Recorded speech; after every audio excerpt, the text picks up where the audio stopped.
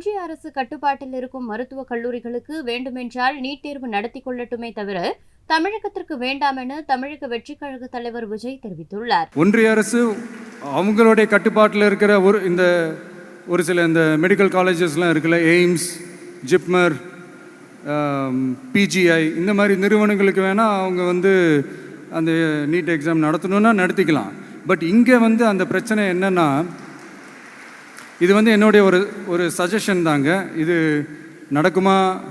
உடனே நடக்காதுன்னு எனக்கு தெரியும். அப்படியே நடந்தாலும் அதை நடக்க விட மாட்டாங்கன்னு எனக்கு தெரியும். ஸோ அதனால் இந்த சந்தர்ப்பத்தில் என்னுடைய சஜஷனை உங்ககிட்ட அதை நான் பகிர்ந்துக்கணும்னு ஆசைப்பட்டேன். இதுதான் என்னுடைய தனிப்பட்ட ஒரு கருத்து நீட்டை பற்றி. செய்திகளை உள்ளது உள்ளபடி தெரிந்து கொள்ள ரெஃப்ளெக்ட் நியூஸை சப்ஸ்கிரைப் பண்ணுங்க.